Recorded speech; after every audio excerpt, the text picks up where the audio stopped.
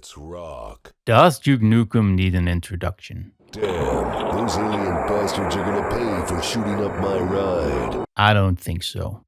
But for those who do not know, Duke Nukem 3D came out in 1996.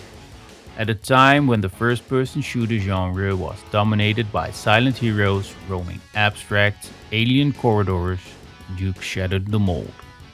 It was so different to what we had thus far. It gave us a protagonist with a loud mouth, cinematic pop culture attitude, and a world that felt incredibly alive. For the gaming industry, it was a revolution of interactive, real-world environments and vertical level design. I still remember the first time my eyes caught a glimpse of Duke Nukem 3D. Back then, you couldn't just look up gameplay trailers on YouTube. It was mostly purely word of mouth. It started with an urgent phone call from a friend telling me and another buddy to come over to his place immediately. We had to see this. We hopped on our bikes, raced over, and piled into his room. He sat us down, booted up his bulky CRT monitor, and asked, "Are you guys ready for this?" And then he hit enter. I looked around and the room was tiny, filled with the static smell of this hot CRT monitor.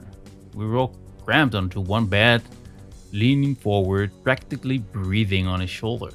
It wasn't just a game, it was an event. We were witnesses to something that felt like the future. And then, the speakers started to rumble with that iconic heavy metal guitar riff.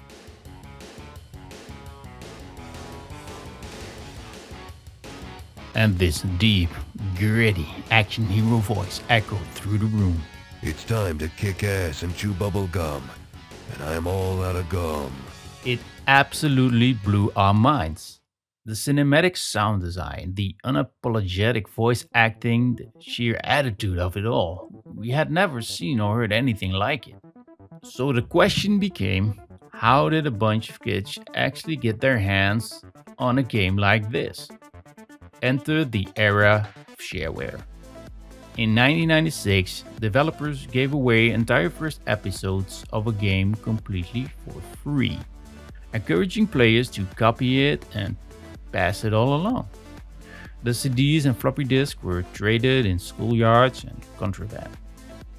The game itself was a viral free masterpiece, which was great because every penny we saved on the game was about to go straight to our parents' phone bills. And about that phone bill, I will explain that to you in a minute. Hold that thought for me.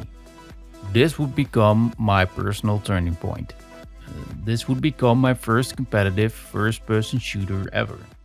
Back then, competitive multiplayer didn't happen at a click of a button over high-speed fiber optics. It was raw. It was pioneered through a direct, screeching telephone line. I still remember the tension of setting up those 1v1 matches against my cousin. We had to literally program our modems to dial each other's house numbers. Look, you have to understand, the dynamic back then was a totally different one. Today, a phone line is just a forgotten relic of the past, but in 1996, the landline was the heartbeat of the house. If my mom or my cousin's parents knew we were intentionally holding up the line just to play a video game, it would have been game over. Back then, gaming wasn't considered a legitimate hobby. It was seen as a distraction, a waste of electricity, and more important, a waste of the family's connection to the outside world. If you were online, you weren't reachable. You were essentially offline to the entire planet. We were kids living in a world that didn't understand why we were doing this. To us, it was an intense, high stakes sport. To them, we were just two idiots sitting in a room tying up the phone line for hours so we could shoot digital aliens.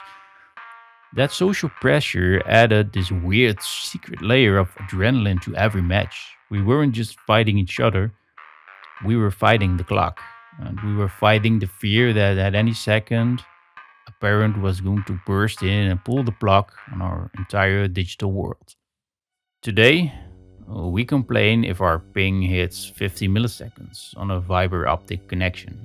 We take for granted that we are connected to a global server at the click of a button. But that ease has a cost. Because the connection is so perfect, we basically lost the ritual of gaming we had back then.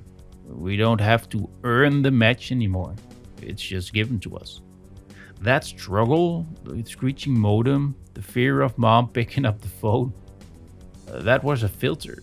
It meant you only played with people you actually knew, or people you were truly dedicated to fighting. It made the win feel like a victory, not just a statistic on a dashboard. I often wonder what Duke Nukem would think of today's gaming world. He was the king of the 90s, built on chewing bubblegum and taking no prisoners. Today's games are built on customer retention and microtransactions. It's the difference between a loud, messy, chaotic house party and a sterile corporate boardroom. I think a little bit of that Duke energy is what we're missing in our lives. That ability to just be unapologetic about what you want. So, remember what I said about paying back my parents' phone bills? Well, there was a financial risk. Whoever initiated the call bore the full cost of the connection we made through the phone line. After a few hardcore gaming sessions, those long distance per minute rates stacked up really fast. Oh boy, did my parents learn that the hard way. Sorry, mom and dad.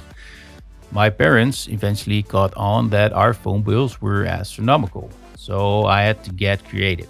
I developed this whole routine. Whenever my mom walked past the computer, I'd stop the game. And if she asked what that screeching, dying robot noise was, I'd calmly tell her, "Oh, I'm just testing the modem, Mom. Just a routine connection test." And the crazy thing was, she believed me. For about 10 minutes, I'd be testing the connection, which really meant I was halfway through a 1v1 match. Sweating bullets, praying that nobody in the house would try to make a call, because in that era, the internet wasn't a utility. It was a fragile, temperamental beast that you had to domesticate. One phone call from Grandma, and they knew the king was dead. The connection was gone, and the match was lost. That was the hard mode of the 90s. But inside the game, those Los Angeles streets and movie theaters became our personal coliseums. It wasn't just about the quick reflexes, it was a psychological cat and mouse game. We used jetpacks to ambush each other from the rooftops, dropped the laser trip mines around tight corners, and deployed hologram decoys to trick one another. It transformed gaming for me from a solitary hobby into an intense competitive rush. And it all started with the king. Hail to the king, baby.